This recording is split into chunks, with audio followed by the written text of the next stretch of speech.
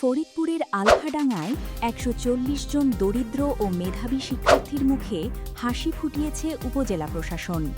যাতায়াতের কষ্ট লাঘবে তাদের মাঝে বিতরণ করা হয়েছে বাইসাইকেল। একই সঙ্গে হাসপাতালে ডায়াগনস্টিক সরঞ্জাম ও বিভিন্ন শিক্ষা প্রতিষ্ঠানে ভেন্ডিং মেশিন হস্তান্তর করা হয়। উপজেলা পরিষদ মিলনায়তনে আয়োজিত এই কর্মসূচিতে প্রধান অতিথি ছিলেন ফরিদপুর ১ আসনের সংসদ সদস্য অধ্যাপক ড. মোহাম্মদ ইলিয়াস মোল্লা। বক্তব্যে তিনি বলেন, সুবিধাবঞ্চিত শিক্ষার্থীদের পাশে দাঁড়ানো সবার নৈতিক দায়িত্ব। এই সাইকেল তাদের যাতায়াতের পথ সহজ করে পড়াশোনায় আরও মনোযোগী করে তুলবে।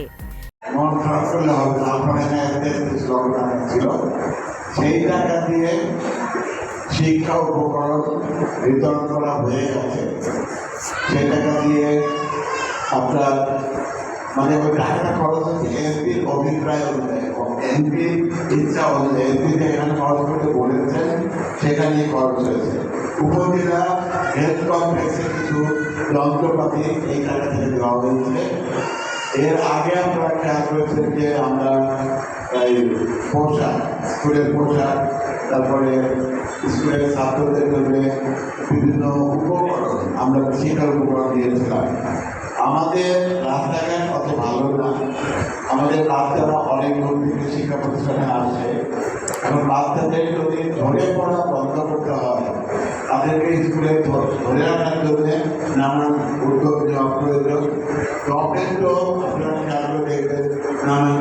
সহকারী কমিশনের এ.কে.এম. রায়হানুর রহমানের সভাপতিত্বে অনুষ্ঠানে স্থানীয় কর্মকর্তা ও গণ্যমান্য ব্যক্তিবর্গ উপস্থিত ছিলেন।